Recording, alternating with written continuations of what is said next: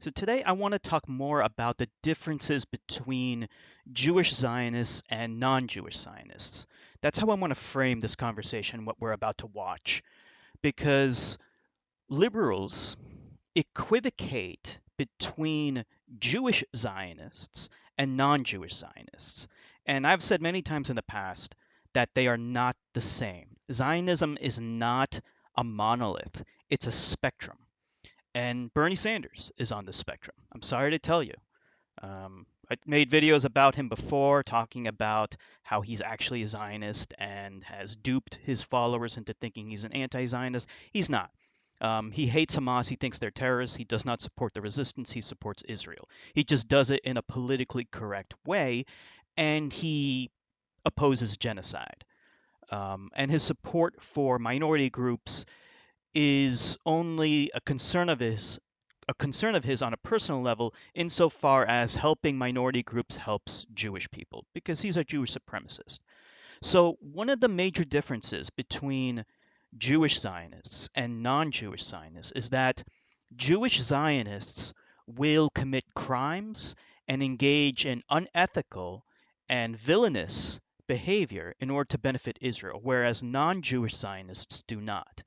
Oftentimes non-Jewish Zionists are actually the victims of Jewish Zionists engaging in various criminality.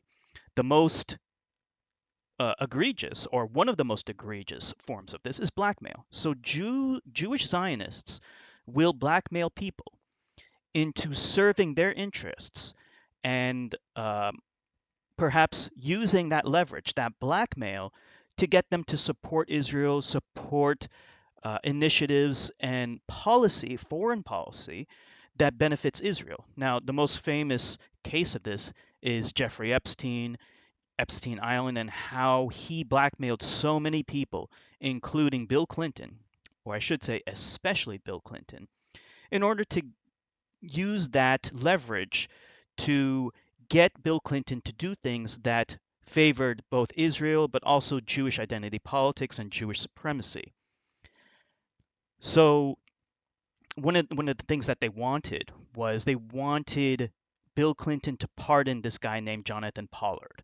So this is a very interesting thing to talk about, but it's a topic for another time. Um, right now, I want to talk about some other cases where Jewish Zionists have blackmailed other people, including Jews themselves.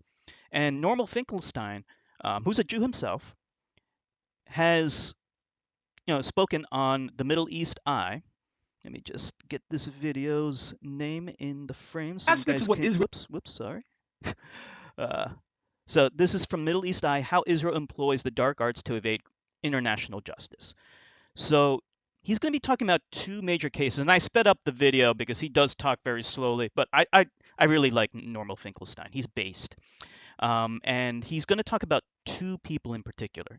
So while you're watching this, I want you to remember that what we call non-Jewish Zionists, they are oftentimes, especially when they're in positions of power and influence, are either grifters, meaning they are supporting Israel or saying positive things about Israel because they're being paid to do it.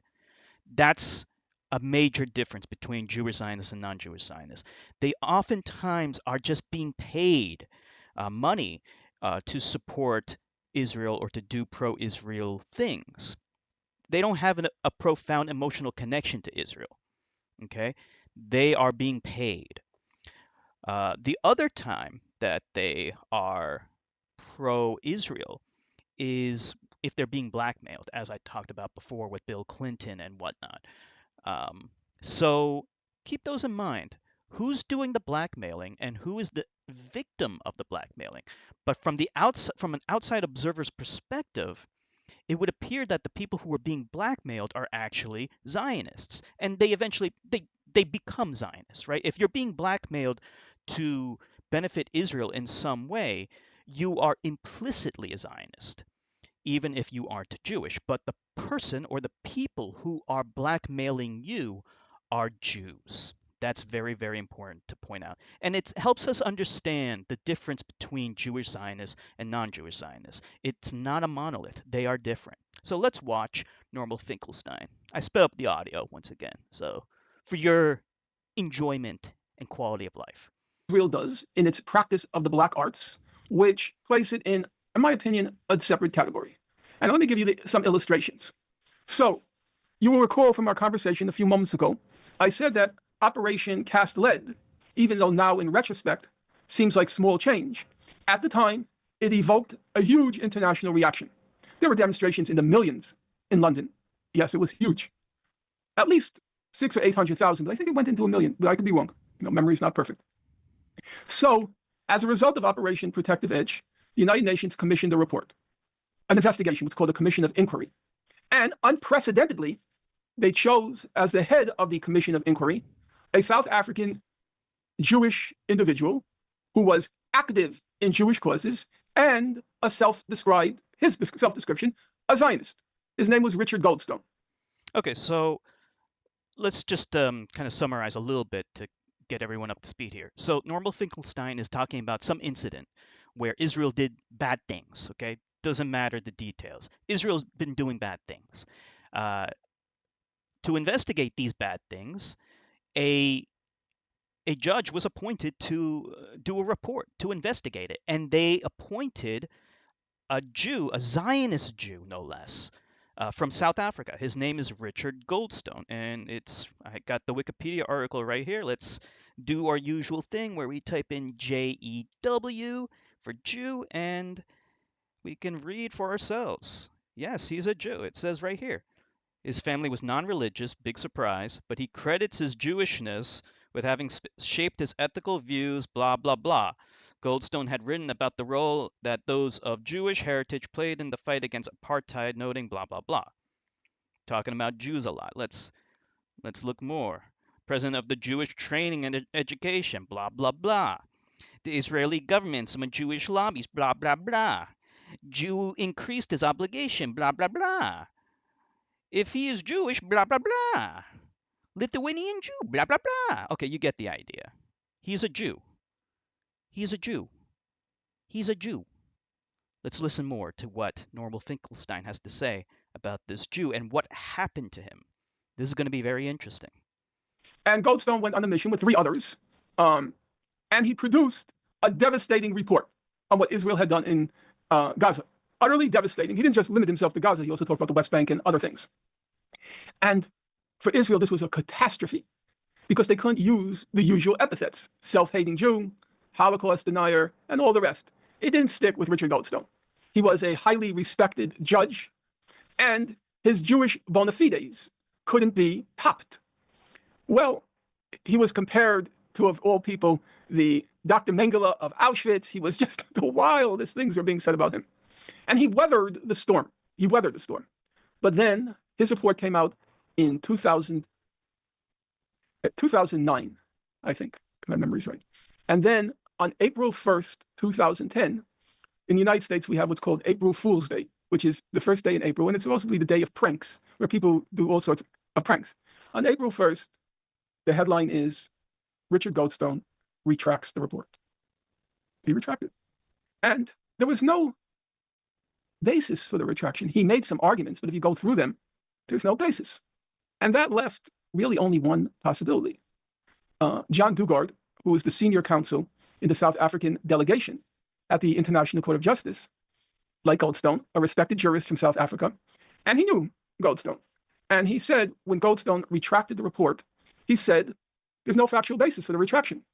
And then he went on to say, the secret of why Richard Goldstone retracted the report will probably go with him to his grave. And the only rational inference was that he was blackmailed by Israel. There you go. He was blackmailed. It's the only rational inference. So he wrote a scathing report. He said Israel did do bad things, but Israel didn't like what he had to say, so they blackmailed him. They had some dirt on him. Let's listen more. I personally don't believe it was him. His daughter lives in Israel. She became an Israeli citizen. You know, if you practice the black arts, everybody has a skeleton in their closet. Maybe this person had an affair. Maybe that person had a child out of wedlock. You can always find dirt, you know? So. And if you can't find dirt on someone, then you slander them. Okay, but that's a topic for another time. But this is how Israel and Zionist Jews operate. They will try to chill people's free speech or criticism of Israel by using these various nefarious actions, uh, blackmail, slander. So it's Jews who do this. It's not Jew Zionists. Not Jews, non-Jew Zionists don't blackmail or slander people to benefit Israel. Only Jews do that. Okay, let's listen more. I'm now going to fast forward. I'm just going to, data points on the Yep. trajectory. You had in the ICC, the International Criminal Court, which is different from the ICJ, the International Court of Justice. You had this character named Fatou Bensouda. Okay, so who is Fatou Bensouda? Well, it's this woman. And yeah, Gambian lawyer, former prosecutor, blah blah blah. So let's listen to what happened with Fatou Bensouda. Okay, spoiler alert: she was blackmailed. She was the chief prosecutor on the ICC. She was the chief prosecutor of the International Criminal Court. Now, I mentioned already earlier, in May 31st, 2010, there was this humanitarian flotilla en route to Gaza to bring humanitarian aid. Israel attacked it, killed 9 people, and the 10th died later. The 10th was in a coma and then died later. Killed 10 people and committed all sorts of outrages against the other passengers. That became a case. What Israel did became a case before the ICC, the International Criminal Court. Now, this story you can't even make up. You can't make it up. The state which brought the case, the Comoros. I'm not going to go into why it was the Comoros. Not so important. The Comoros brings the case, and Bensouda, the chief prosecutor, she declares, "I'm not going to investigate this case. There's no basis for it." There was a basis for it. She was just being blackmailed by Jewish Zionists. Comoros appeal the case. They appeal it. Bensouda's decision. It goes before what's called the pretrial chamber of the ICC, PTC. Not so important. It goes before, let's just say it goes before the court. The court upholds the appeal. Okay? And then they say to Bensouda, the chief prosecutor, you have to re-examine this case. She claims to re-examine it, and for a second time says, I'm not going to pursue this case. Because I'm being blackmailed. Because I'm being blackmailed by Jewish Zionists. That's the reason why. Okay, it's not non-Jewish Zionists. Non-Jew Zionists were not blackmailing her. It was Jewish Zionists. Liberals, are you paying attention? You have to be honest when Jews do bad things. It's appealed the second time by the Comoros. It goes before the court, the pretrial chamber. The second time, the pretrial chamber says, Ms. Bensouda, you are committing too many irregularities. You are committing just too many irregularities in this case. You have The regularities, Jews were blackmailing her. to revisit it. She then, a third time, she says, I am not going to pursue this case. The Comoros appeals a third time. I'm not going to pursue this case because Jews are blackmailing me. And you know what the court says? What Bensouda did is so filled with errors, and not only old errors, new errors. But the court says, we have no legal remedies at this point, and they close the appeal without granting the Comoros.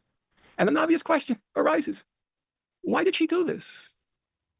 There was a veritable civil war in the International Criminal Court because what she was doing was so completely outrageous. Why did she do it? Why? She wasn't a Zionist. She wasn't a Christian Zionist. She wasn't a Buddhist Zionist. She wasn't a Hindu Zionist. So that can't explain it. And again, the ever honorable, the ever honest John Dugard, he steps forward and he says, and he's the only one with the integrity. I won't use the word guts because that refers to a physical quality, having the guts. No, it's a moral quality. He's the only one who has the integrity to say, Fatou Bensouda was the attorney general during the Gambian dictatorship. She was from the Gambia. She was accused of being complicit in torture. And what follows? She's being blackmailed. She's being blackmailed.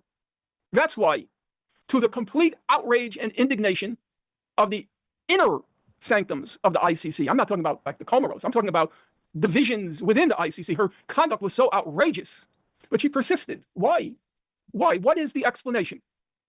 It cannot be that she was simply incompetent. No, that is not a persuasive explanation. There's another character who he had the highest rank. Okay, there you go. So you get the idea. I'm going to post a link to this video in the description because it's very good and it goes into these cases where Jewish supremacists, Zionist Jews have been blackmailing various people. And when they can't blackmail them, what do? They slander them in order to try to chill their free speech. And it's not going to work. I'm going to tell you right now, it's not going to work. Not anymore. We're sick and tired of this. Okay? We're going to spread the word, and everyone's going to know what Jewish supremacists, Jewish Zionists have been doing, in that they have been blackmailing not just non Jews, not just the Goyim, not just the Goy, but also Jewish Zionists, even. Anyone who speaks ill about Israel. But we have to be honest about the bad behavior of Jews. When Jews do bad things, you have to be honest about it. You can't do a both sides thing. You can't do a no true Scotsman fallacy and say these are not real Jews. Okay, that's a fallacy. Okay, there is a difference between non-Jewish Zionists and Jewish Zionists, and one of the major differences is that Jewish Zionists will blackmail or slander people in order to get judges to dismiss cases and say there's no merit to all these crimes that Israel committed when there is evidence and it's obvious that they committed crimes. But they'll blackmail. They'll blackmail people like Bensouda, or they'll blackmail their fellow Jews in order to benefit Israel in some way by retracting a scathing report about them. Or they will slander people, or threaten them, or swat them, or you know call up the police, tell them, oh, this guy's going to kill himself. He threatened to kill other people because he's been the real reason is because he's been criticizing Israel. But these are Jewish Zionists who are trying to chill this guy's free speech because he was criticizing Israel. So you get the idea, and we're done with that. We're not putting up with it. We're going to call it out as we see it. Jewish Zionists will leverage blackmail to benefit Israel, but non Jewish Zionists will not. See ya.